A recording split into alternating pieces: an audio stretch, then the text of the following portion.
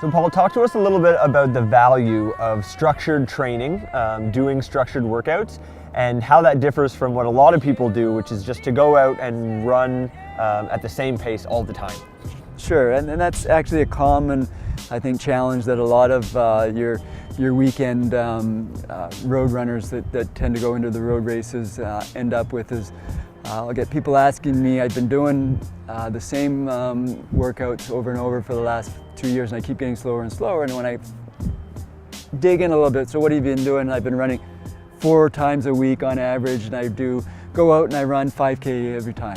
Okay, well, when you're doing the same thing over and over again, your body gets an ability to cheat because it figures and it masters the way of doing the least amount of work to get something done. And so just like in weightlifting, when you have to keep changing it up every 6 weeks, it's important in running to keep changing it up as well. So the importance to get a fast 5K is to think about over distance training and under distance training. So if you have a 5K pace that you kind of gear towards, let's say it's 20-minute 5K, which is 4 minutes per kilometer, then you want to make sure that you're doing a lot further volume of 5K at a slower pace, so you build up your aerobics, but then you also want to be doing a lot shorter stuff at, say, 300 meters, 200 meters, 400 meters at a faster pace. Think about 3K or 1500 meter pace, so that your body now is getting used to different paces and you're building different energy systems which come into play in a 5K.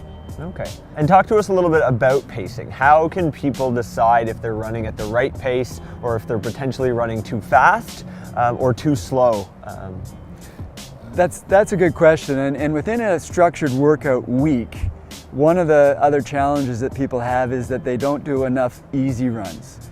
And so if you think about any week, if you take a whole volume, and whether that's 50 kilometers a week or 100 kilometers a week or 200 kilometers a week, only 20% of that volume should be at a really high intensity. And then you want to have most of it at an easier medium intensity. So if 80%, 60 to 80% of your volume's at a low intensity, then it's got to be at a much slower pace to be able to handle that. And so most people tend to go too hard on their easy days and too easy on their hard days. So you really want a dramatic difference in that.